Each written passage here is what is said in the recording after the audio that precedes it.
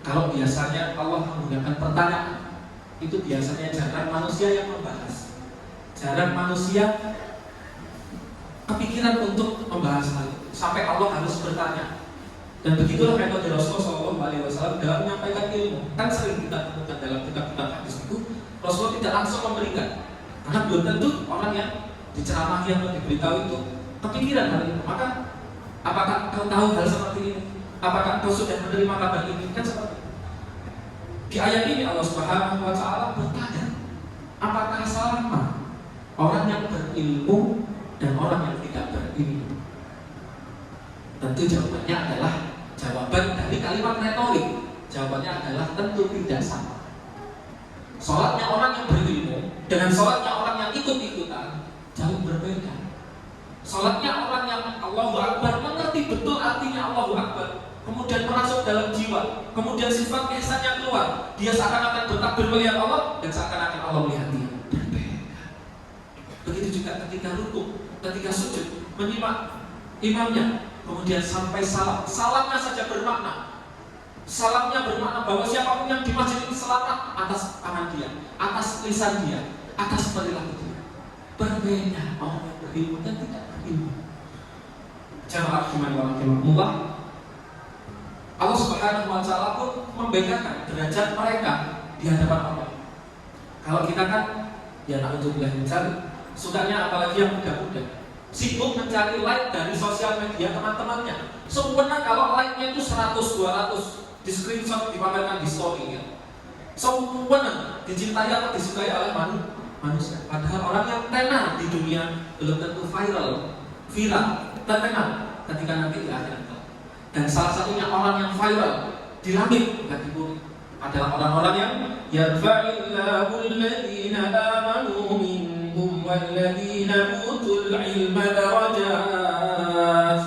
Allah memberikan setiap derajat orang yang berilmu dibanding orang yang tidak berilmu. Kemudian Ibnu Abbas radhiyallahu anhu mengomentari ayat ini.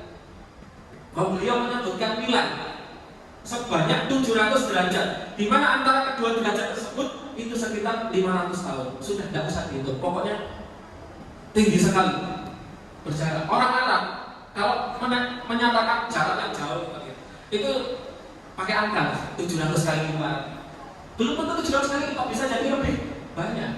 70 golongan, 700 golongan. Hadis Al-Quran seringkali menggunakan angka-angka yang fantastis. Itu maksudnya banyak, itu gaya bicara orang Arab.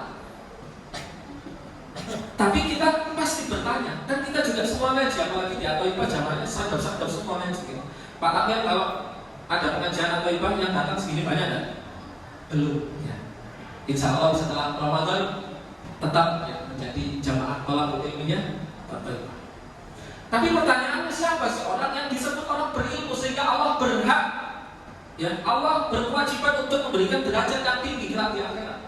Allah Subhanahu wa Ta'ala berfirman dalam surat Fatir ayat yang ke-28, innama yakhsyallah, sesungguhnya hanya orang yang takut. Pakai innama, bukan inna. Dalam Al-Quran disebutkan inna, ada innama. Kalau innama itu begini, nama saya begini ya, inna wili di masjid, sesungguhnya wili di masjid. Nah seperti itu. Ada yang lain sesungguhnya, tapi ada yang lain. Tapi kalau sudah ada innama, itu namanya hasyad, pembatasan. Innama wili di masjid, sesungguhnya hanya wili yang ada di masjid. Panjenengan sudah ulang semuanya. Nah itu innama. Dalam ayat ini menggunakan innama yakhsyallah min ibadihil ulama. Ulama itu bukan yang maaf lulusan A, lulusan B, lulusan C. Kemudian mungkin dia mendapatkan gelar A dan B dan C. Kemudian orang tersebut dipanggil oleh masyarakat ustaz, gus dan kiai. Belum tentu. Belum tentu dia ulama. Bisa jadi di balik pandangan manusia dia ulama. Ya, ketika sendiri dia bukan ulama tapi ulama. Parameter tunggal orang disebut berilmu, kata Allah adalah yakhsyallah, takut kepada Allah. Panjenengan belajar sholat itu untuk takut kepada Allah. Panjenengan belajar fikih puasa, belajar fikih keluarga, tiada lain kecuali untuk takut kepada Allah. Kalau memang ingin fadilah, ditinggikan derajat. Bukan panggilan manusia, bukan pujian, bukan gelar ketika kita dipanggil innalillahi wa inna ilaihi raji'un. Bapak A, Gus A, Pak RT, Pak Lurah, tapi seberapa kita takut kepada Allah Subhanahu wa taala, khususnya bil ghaibi. Apa itu bil ghaibi? Ketika di luar pandangan manusia. Ketika tidak ada istri kita, gitu. Ketika tidak ada anak-anak kita, tidak ada teman-teman kita, itulah parameter yang besar. Misal pejabat, disodori tanda tangan, ada sogokannya di ruangan sendiri, tanda tangan apa enggak? Tanda tangan enggak, tanda tangan enggak, tanda tangan insya Allah. Itu yang saya ngomong, ilmunya barokah. Nah, apa itu barokah? Kapannya barokah itu ziyadatul khair, bertambahnya kebaikan. Dan kalau menggunakan khair untuk menyebutkan kebaikan dalam bahasa Arab itu ada sekitar 4 sampai 6. Ada khair, ada hasan, ada birrun, ada ma'ruf. Nah, kalau misal memberi makan orang lain itu ma'ruf. Muslim, non-muslim yang menyembah Allah atau tidak mengatakan itu adalah kebaikan, maka disebut ma'ruf. Kemudian yang biasanya berbakti kepada orang tua itu karakteristiknya birrun.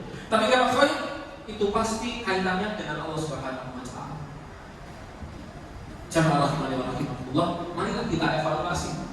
Sudah puluhan tahun kita ini melewati Ramadan. Kalau kita kuliah itu sudah sarjana, sudah profesor, sudah doktor. Nah, biasanya kalau S1, S2, S3 itu ada yang ilmiah, ada pembuktian bahwa dia lulus S1. Nah, kita puluhan tahun, apa buktinya kita itu lulus dalam Ramadan? Mari kita evaluasi jamaah rahimani wa rahimakumullah. Sudahkah kita takut ketika sendirian? Sudahkah kita mengajari istri-istri kita, anak-anak kita untuk takut kepada Allah Subhanahu wa taala? Jamaah rahimani wa rahimakumullah, tentunya ketika ada khauf, kekhawatiran, kita ini takut dan sama Allah Subhanahu wa taala. Di sisi lain Rasulullah SAW itu memberi kabar gembira. Apa itu kabar gembiranya? Rasulullah SAW bersabda dalam hadis yang sahih, "Man yuridillahu bihi khairan yufaqihu fiddin." Ini harus apa? Harus menghujam dalam hati kita. Pastikan hari kita itu sibuk dengan ilmu. Meskipun katakanlah 8 jam bekerja, masa 10 menit setengah jam tidak bisa bersentuhan dengan ilmu. Kita sekarang katanya syahrul Ramadan memperbanyak baca Quran. Benar? Membaca Al-Quran, tilawah dan harus itu baik, tidak ada yang di sini. Tapi dalam memperlakukan Al-Quran, bisa Al-Quran ini tidak hanya membaca Al-Quran, ada derajat yang lebih tinggi. Apa itu? Tadabbur Al-Quran. Kata Syekh Shalih Al-Fauzan mengatakan, Masya Allah, ini sangat menggetarkan jiwa. Dia mengatakan apa? Ini orang alim betul. Mengatakan orang mentadabburi satu ayat saja itu jauh lebih baik daripada orang yang sholat semalam suntuk. Satu ayat kata beliau lebih baik daripada orang yang sholat semalam suntuk. Tentu soal itu tetap baik. Tapi kata beliau agung sekali orang yang mentadabburi sampai betul-betul mengetahui makna ayat tersebut.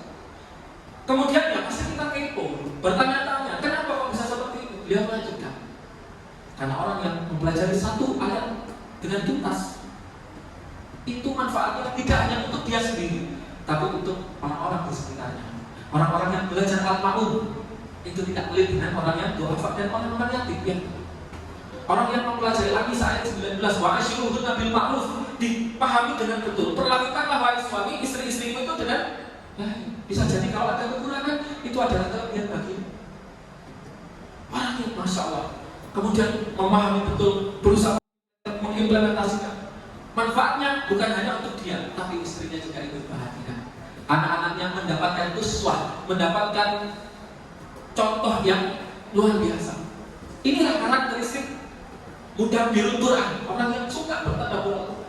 Adapun salat malam, ya keagungannya luar biasa. Fadilahnya Masya Allah berkali lipat, apalagi di bulan Ramadan. Tapi kata beliau, manfaatnya hanya untuk dirinya sendiri. Tapi perkataan seperti ini bukan untuk dipisahkan. Kalau bisa dilakukan keduanya, kenapa tidak? Begitu orang soleh itu. Fasta itu berlomba, namanya berlomba ya harus serakah dalam kebaikan, dalam artian positif. Jamaah rahmani wa rahimakumullah, Rasulullah SAW dalam hadis yang sahih mengatakan keutamaan seorang alim ya, dengan daripada orang yang abid. Abid itu apa? Sibuk beribadah. Kemudian dia menjawab, bagaikan keutamaan diriku jika dibandingkan dengan orang yang terendah di antara kamu. Tinggi sekali ajarannya. Kemudian tidak hanya itu. Kemudian dia bersabda bahwa sesungguhnya Allah dan para malaikatnya, semua penduduk langit dan penduduk bumi, hingga semua yang berada di dalam lubangnya, kemudian ikan paus yang ada di dalam lautan selalu berselawat. Apa maksudnya bersolawat? Mendoakan kita. Dan orang-orang yang mengajarkan kebaikan kepada manusia. Jadi berbanggalah panjenengan yang profesinya adalah guru. Setiap panjenengan mengajarkan anak setiap hari itu, masya Allah. Ikan-ikan di laut, semut-semut di lubang-lubangnya itu mendoakan kita. Itulah mulianya para pengajar, khususnya pengajaran agama Islam yang mulia. Dan hadisnya Hasan Sofi tempatnya. Jamaah rahmani wa rahmatullah. Coba saya tes ya. Seberapa mengerti kita itu tentang adab, tentang ilmu. Ada enggak? Ya, ini kan posisinya tarawih, kemudian saya mengajarkan ilmu karena saya dipercaya. Ada enggak yang berangkat dari sini? Ya, itu mendoakan yang kultur. Ya Allah, semoga nanti yang kultur yang mengajarkan Al-Quran dan hadis itu hidupnya diberkati, hidupnya dilancarkan, diampuni dosa-dosanya. Ada Pak yang seperti itu, ibu-ibu yang mendoakan saya ketika jalan kaki nanti ada. Nah, kalau belum ada, maka ketahuilah itu adalah salah satu dari adab orang yang berilmu. Ketika berangkat sekolah, berangkat ngaji, berangkat tarawih karena ada tuturnya, ada ilmu, itu mendoakan orang yang menyampaikan ilmu, itu adab. Kemudian begitu sebaliknya orang yang menjadi guru. Dalam posisi hari ini saya tadi berangkat motoran itu mendoakan panjenengan semua karena itu adalah adab ilmu jamaah. Semoga jamaah atau ibadah ini hatinya tulus daripada kepada Allah dan mendapatkan ampunan di bulan Ramadan ini. Selamat perjalanan saya. Itu ada. Nah kalau hal ini adab seperti ini saja panjenengan baru dengar, itu tandanya panjenengan masih perlu mendalami tentang adab-adab ilmu. Agar apa? Agar ilmunya diberkahi oleh Allah Subhanahu wa Ta'ala. Bukankah kita sering berdoa setelah sholat Allahumma inni as'aluka ilman, ilmu yang bermanfaat, tapi adab-adabnya tidak dijalankan. Itu sama saja dengan anak minta antar, Pak, saya antarkan main ke taman. Ya, oke, dijaga sama bapaknya. Ayo kita ke taman. Tapi saya tidak mau perjalanan, maunya langsung sampai di taman. Tidak bisa. Begitu juga ilmu yang bermanfaat. Boleh kita berdoa dan bisa jadi Allah mengabulkan doa kita, ilmu yang bermanfaat. Tapi ketika kita tidak memenuhi ikhtiar proses-proses itu, ya mana bisa. Ya. Jamaah rahimani wa rahmatullah. Mohon maaf atas kurang lebihnya. Saya berdoa betul panjenengan semua, khususnya untuk saya pribadi yang lebih membutuhkan doa agar selalu istiqomah, agar Ramadan ini diampuni oleh Allah Subhanahu wa Ta'ala. Karena tiada yang lebih berharga ketika kita dipanggil oleh Allah, kemudian dibenarkan, dikubur oleh masyarakat di sekitar kita 2 meter di bawah tanah, kecuali adalah ampunan. Itulah kenapa doa orang meninggal itu Allahumma fir lahu wa afihi wa'fu. Maka di Ramadan tahun ini kita kejar yang namanya ampunan. Sekali lagi, izin menyimpulkan, beda orang yang berilmu dan orang yang tidak berilmu. Beda orang-orang yang mengejar Lailatul Qadarnya orang berilmu dan orang yang tidak berilmu, beda. Munajatnya, muhasabahnya sungguh berbeda. Maka jadilah kita semua penuntut ilmu yang sejati di Allah Subhanahu wa Ta'ala. Nasallallahu wa fathul qarib. Wassalamualaikum warahmatullahi wabarakatuh.